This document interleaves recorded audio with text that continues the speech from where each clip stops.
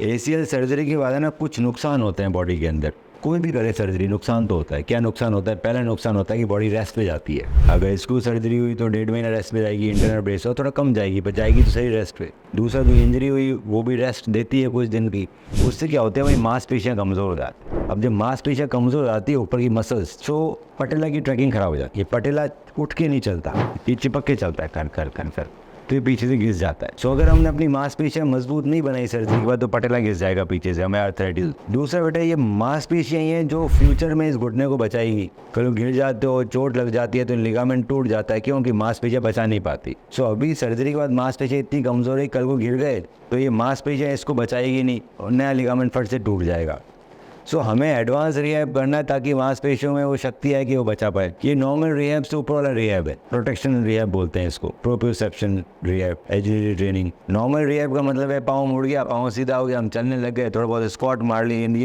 ये normal rehab के बाद हमारे भारत में लोगों को छोड़ दिया जाता है कि बढ़िया हो गया तुम्हारी रिहैब। एडवांस रिहैब पूरा बाकी रह गया जिसमें ड्रिल्स आती है, प्रोप्रियोसेप्शन ट्रेनिंग आती है, वो आपकी मसल को स्टेबिलिटी देती है जो इस लिगामेंट को बचाती है। तो फ्यूचर में लिगामेंट टूटेगा नहीं अगर हम एडवांस रिहैब करेंगे तो। मेरा पटेला पीछे से नहीं घिसेगा अगर मैं एडवांस रिहैब करूंगा तो, और मैं नहीं किया तो मेरा नी भी डिजेनरेट होगा, ऑस्टियोआर्थराइटिस में जाएगा, मेरे को दर्द कट पट जिंदगी भर चलता रहेगा और मेरा लिगामेंट के भी टूटने के खतरे रहेंगे।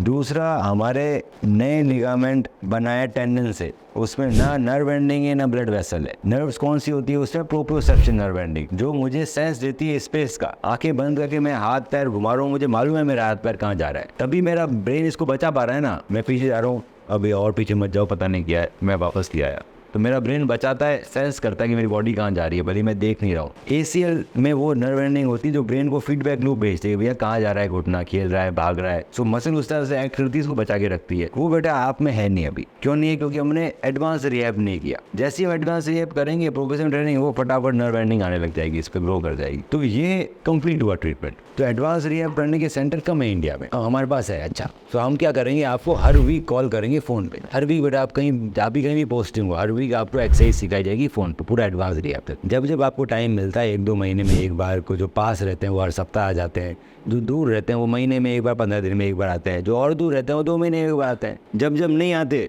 एक्सरसाइज हम सिखाते रहते हैं सबको। सो एडवांस रिहैब में पूरा लेना है 6 महीने तक, तो ये बिल्कुल फिट हो जाएगा। सब गेम में तभी जाना है जब हम बोलें कि हाँ भाई अब तुम फिट हो गेम खेलने के, उससे पहले जाओगे तो नुकसान। सारा इम्प्लांट आर्थरेक्स का है। अब ये सर्जरी थोड़ी महंगी होती है स्क्रू सर्जरी से। स्टेप 1, आप अपनी MRI रिपोर्ट मुझे व्हाट्सएप करें। स्टेप 2, मैं आपकी MRI रिपोर्ट को डिटेल में स्टडी करके बताऊंगा कि क्या हम आपको बिना सर्जरी के ठीक कर सकते हैं या फिर हमें सर्जरी करने की ज़रूरत है, ACL इंटरनल ब्रेस सर्जरी, और आपके नी में ACL के अलावा और क्या क्या समस्याएं हैं और उसे हम कैसे ठीक कर सकते हैं। स्टेप 3, जब आप मुझसे मिलने आएंगे तो मैं आपके नी का डिटेल्ड फिजिकल एग्जामिनेशन करूंगा, आपकी फिल्म्स को डिटेल में देखा जाएगा और उसको देखते हुए आपसे ट्रीटमेंट ऑप्शंस डिस्कस किए जाएंगे। आपके जितने भी सवाल हैं उन सभी का मैं जवाब दूंगा। ACL इंटरनल ब्रेस सर्जरी की रिकवरी आप देख सकते हैं हमारे फेसबुक के ACL विनर ग्रुप में, और देख सकते हैं कैसे एथलीट्स 3 महीने के अंदर रनिंग चालू कर रहे हैं ACL इंटरनल ब्रेस सर्जरी के बाद। आज ही अपनी MRI रिपोर्ट हमें व्हाट्सएप करें।